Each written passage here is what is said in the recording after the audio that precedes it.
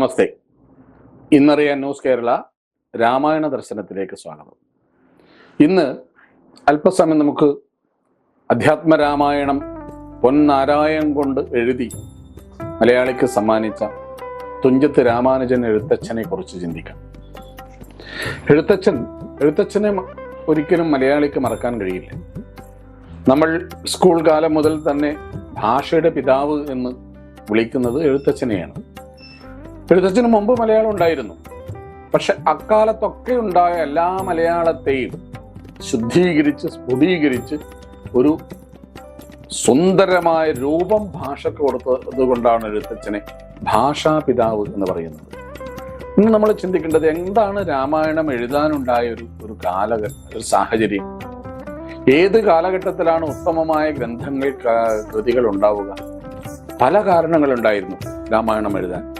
അന്ന് ഏതാണ്ട് 500, 550, 600 വർഷം മുമ്പ് ആണല്ലോ രാമായണ രചനാകാലം. കേരളം അനേകം നാട്ടുരാജാക്കന്മാരുടെ ഭരണത്തിലായിരുന്നു. ഒരു ഏകദാനമായ ഭരണ സംവിധാനം കേരളത്തിലുണ്ടായിരുന്നില്ല, രാജ്യത്തിലുണ്ടായിരുന്നില്ല. പ്രത്യേകിച്ച് കേരളത്തിലെ നാടുവാഴികളും ഭൂപ്രഭുക്കന്മാരും നാട്ടുരാജാക്കന്മാരൊക്കെ തമ്മിൽ പോരടിച്ചു നിന്ന കാലം. നാട്ടുരാജാക്കന്മാരെല്ലാം കലഹിച്ച് യുദ്ധം ചെയ്ത കാലത്ത് എവിടെയാണ് ജനങ്ങൾക്ക് ആധ്യാത്മികമായ ഒരു സമാധാനം അല്ലെങ്കിൽ ശാന്തി ഉണ്ടാവുക? വലിയ ജാതിഭ്രാന്തിന്റെ ഒരു കാലഘട്ടമായിരുന്നു. തൊട്ടുകൂടാത്തവർ, തീണ്ടിക്കൂടാത്തവർ, ദൃഷ്ടിയിൽപ്പെട്ടാൽ പോലും ദോഷമുള്ള ഒരു മനുഷ്യനെ കാണാൻ പറ്റാത്ത ജാതീയത കൊടികുത്തി വാണ കാലം. അന്ന് 500 കൊല്ലം മുമ്പ് വിദേശികൾ വാണ നാടാണിത്. നാട്ടുരാജാക്കന്മാർ പലരും അവരുടെ സാമന്തന്മാരായിട്ട് ഒരു ഭാഗത്ത് പോർച്ചുഗീസുകാര്, ഫ്രഞ്ചുകാര്, ബ്രിട്ടീഷുകാര്, മുഗളന്മാര് എന്ന് വേണ്ട സകല രീതിയിലും ഈ നാടിനെ കൊള്ളയടിച്ച് കൂത്താടി നടന്ന കാലം. അക്കാലത്ത് വരേണ്യവർഗങ്ങൾ ഭൂമിയും ക്ഷേത്രങ്ങളൊക്കെ കൈയടക്കി കീഴാളന്മാർക്കുമൊക്കെ ദൂരെ ഐത്തം കൽപ്പിച്ച കാലം. പുരുഷാർത്ഥങ്ങളിൽ ധർമ്മം, അർത്ഥം, കാമം, മോക്ഷം. അതിൽ അർത്ഥത്തിനും കാമത്തിനും, പണത്തിനും കാമത്തിനും മാത്രം പ്രാധാന്യം കൊടുത്ത ഒരു സാമൂഹിക കാലഘട്ടത്തിലാണ്, സാംസ്കാരിക അധപ്പതനത്തിന്റെ കാലഘട്ടത്തിലാണ് തുഞ്ചത്തെഴുത്തച്ഛൻ വലിയൊരു യുഗപ്രഭാവനെ പോലെ അല്ലെങ്കിൽ ഒരു നവോത്ഥാന നായകനായിട്ട്, മലയാളത്തിലെ ആദ്യത്തെ കേരളത്തിന്റെ നവോത്ഥാന നായകൻ തീർച്ചയായും തുഞ്ചത്തെഴുത്തച്ഛനാണെന്ന് പറയണം. ആ നവോത്ഥാനത്തിലേക്ക് നയിച്ച കൃതി അധ്യാത്മരാമായണമാണ് എന്നും പറയാം. അതിനു മുമ്പ് ധാരാളം നമ്മുടെ മലയാള സാഹിത്യത്തിലുണ്ടായത് മണിപ്രവാളത്തിന്റെ മൂരി ശൃംഗാരവും സുന്ദരിമാരുടെ വർണ്ണനകളും ഗണികമാരെ വാഴ്ത്തലും ഒക്കെ ആയിട്ട് സ്ത്രൈണമായ ബിംബത്തെ ചുറ്റി സാഹിത്യം സഞ്ചരിച്ചപ്പോഴാണ് ആധ്യാത്മികമായ വേദാന്ത ഉപനിഷത്ത് തത്വങ്ങളൊക്കെ മനുഷ്യനെ, അതായത് ഒരു വ്യവസ്ഥയെ, ഒരു ഗൃഹസ്ഥാശ്രമത്തെ അല്ലെങ്കിൽ ക്ഷത്രിയധർമ്മത്തെ, വർണ്ണാശ്രമധർമ്മത്തെ, പുരുഷാർത്ഥങ്ങളെയൊക്കെ മുൻനിർത്തിക്കൊണ്ട് ഒരു മഹനീയമായ കാവ്യം അല്ലെങ്കിൽ രചന നടത്തിയത് എഴുത്തച്ഛൻ. അത് ഒരു സാംസ്കാരികമായ ഒരു ആധ്യാത്മികമായ വിപ്ലവമാണ് എന്ന് നമുക്ക് പറയാൻ കഴിയും. അക്കാലത്ത് ദിശാബോധമില്ലാത്ത ജനതയെ നാരായണ ഗുരുദേവന്റെ ദൈവദശകത്തിലെ ആദ്യത്തെ ശ്ലോകം നമുക്കറിയാം. ദൈവമേ കാത്തുകൊള്ളുകങ്ങ് കൈവിടാതിങ്ങു ഞങ്ങളെ, നാവികൻ നീ ഭവാംതിക്കോ രാവിവൻ തോണി നിൻ പദം. ഈശ്വരൻ വേണം മുന്നിൽ നിന്ന് നമ്മെ നയിക്കാൻ. അല്ലെങ്കിൽ അനന്തമായി ഈ കടലിൽ തിരയിലും കാറ്റിലും കോളിലും പെട്ട് നമ്മളാകുന്ന സഞ്ചരിക്കുന്ന തോണി ആടിയുലഞ്ഞ് ചിലപ്പോ മുങ്ങിത്താണ് പോയത്. അപ്പോൾ മുന്നിൽ ഒരു കപ്പിത്താനുണ്ടാകണം, ഒരു നായകനുണ്ടാകണം ഈ തോണിയെ നയിക്കാൻ. ഇവിടെ രാമായണത്തിൽ രാമൻ എന്നൊരു നായകനെ മുന്നിൽ നിർത്തിക്കൊണ്ട് ഈ കേരളീയ സമൂഹത്തെ, അങ്ങനെ ഓരോ സംസ്ഥാനത്തും, തമിഴ്നാട്ടിലാണെങ്കിൽ കമ്പരുണ്ട്, ബംഗാളിലാണെങ്കിൽ കൃത്തിവാസരുണ്ട്, ഉത്തരേന്ത്യയിലാണെങ്കിൽ തുളസീദാസ് ഉണ്ട്. അങ്ങനെ നവോത്ഥാന ഒരു ഭക്തി പ്രസ്ഥാനത്തിന്റെ ആധ്യാത്മികമായ വിപ്ലവത്തിൽ മലയാളത്തിൽ, കേരളത്തിൽ അതിന് തുടക്കം കുറിച്ചത് എഴുത്തച്ഛനാണ്. ഒരു ദിശാബോധം നൽകി ഒരു കൃതി. കഠോപനിഷത്തിലൊരു മന്ത്രമുണ്ടല്ലോ, നചികേതസിനോട് യമധർമ്മം പറയുന്ന തിഷ്ഠത ജാഗ്രത പ്രാപ്യവരാ നിബോധത.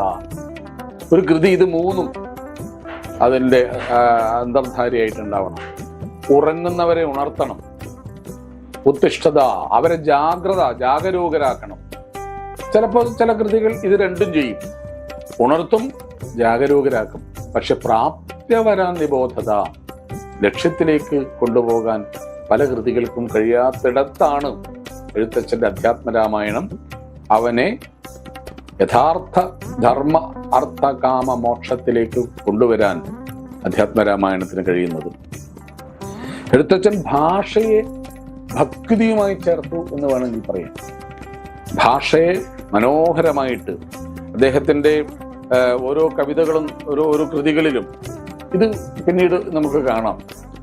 പ്രത്യേകിച്ച് അധ്യാത്മരാമായണം കിളിപ്പാട്ട് എന്ന രീതിയിലാണ് അദ്ദേഹം എഴുതിയത്. ശ്രീരാമനാമം പാടി വന്ന പൈങ്കിളി പെണ്ണെ, ശ്രീരാമചരിതം നീ ചൊല്ലിടൂ മടിയാതെ. കിളി, പൈങ്കിളി പെണ്ണെ. പല കാരണങ്ങളും അതിന് പണ്ഡിതന്മാർ പറയുന്നു. എന്തുകൊണ്ട് കിളിയെ പറയുന്ന രീതിയിൽ ഈ കാവ്യം എഴുതി? അറം പറ്റാതിരിക്കാനാവാം, അല്ലെങ്കിൽ വാണീദേവിയുടെ കയ്യിലുള്ള ദിവ്യസുഖം, ഒരു പ്രത്യേക തത്തയുണ്ട്, ആ തത്തയെ കൊണ്ട് പറയിക്കുന്നതാവാം.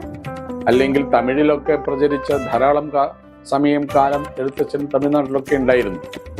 ആ രീതിയിൽ കിളിമകള് രീതിയിൽ പറയുന്നതാവാം. അധ്യാത്മരാമായണത്തിൽ ഓരോ കാണ്ഡവും കിളിയാണ് തുടങ്ങുന്നത്. ഈ അയോധ്യാകാന്ഡത്തിൽ താർമകൾ കൻപുള്ള തത്തേ വരികടോ, താമസശീലമകറ്റേണമശുനീ. താർമകൾ കൻപുള്ള തത്തേ,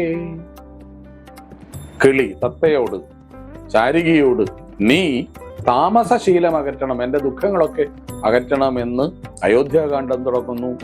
അതേപോലെ കിഷ്കിന്ധാകാന്ഡത്തിൽ, ആരണ്യകാന്ഡത്തിലുണ്ട് ബാലികേ ശുഖകുലമൗലി മാലികേ ഗുണശാലിനി ചാരുശീലേ ചൊല്ലിടൂ മടിയാതെ.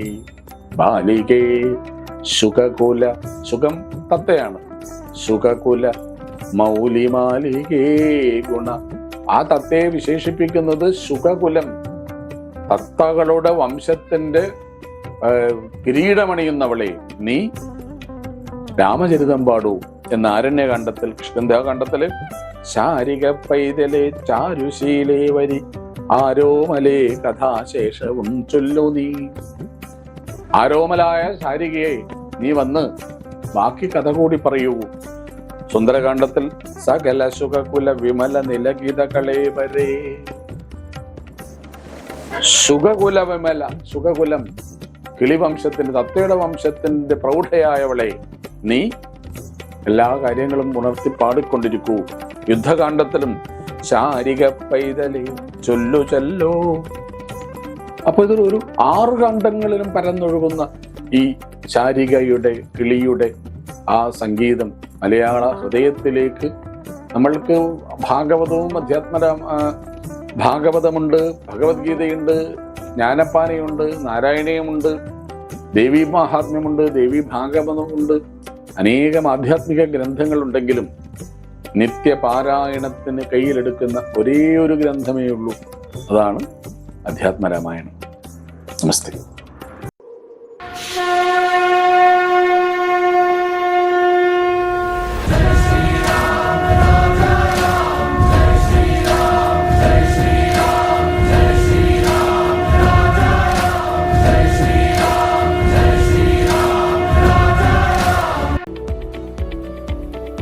കണ്ണൂരിൽ 45 വർഷത്തെ സേവന പാരമ്പര്യം കുഞ്ഞപ്പ ട്രേഡേഴ്സിന് സ്വന്തം. കണ്ണൂർ സ്റ്റേഡിയം കോംപ്ലക്സിൽ പെയിന്റ് വിപണന രംഗത്തെ വിശ്വസ്ത സ്ഥാപനം. Asian paints, Berger, MRF, IndiGo, Shalimar, സ്നോസം എന്നീ കമ്പനികളുടെ അംഗീകൃത വിപണനക്കാർ. മികച്ച ഉപഭോക്തൃ സേവനം കുഞ്ഞപ്പ ട്രേഡേഴ്സിനെ വ്യത്യസ്തമാക്കുന്നു. കെട്ടിടത്തിന് നിറം പകരാൻ ലോകോത്തര ബ്രാൻഡുകളുമായി പെയിന്റ് വിപണന രംഗത്തെ പാരമ്പര്യത്തിന്റെ കരുത്തുമായി കുഞ്ഞപ്പ ട്രേഡേഴ്സ് മുന്നേറുന്നു.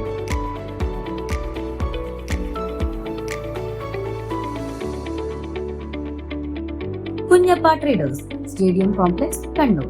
ഫോൺ 9383 462 422.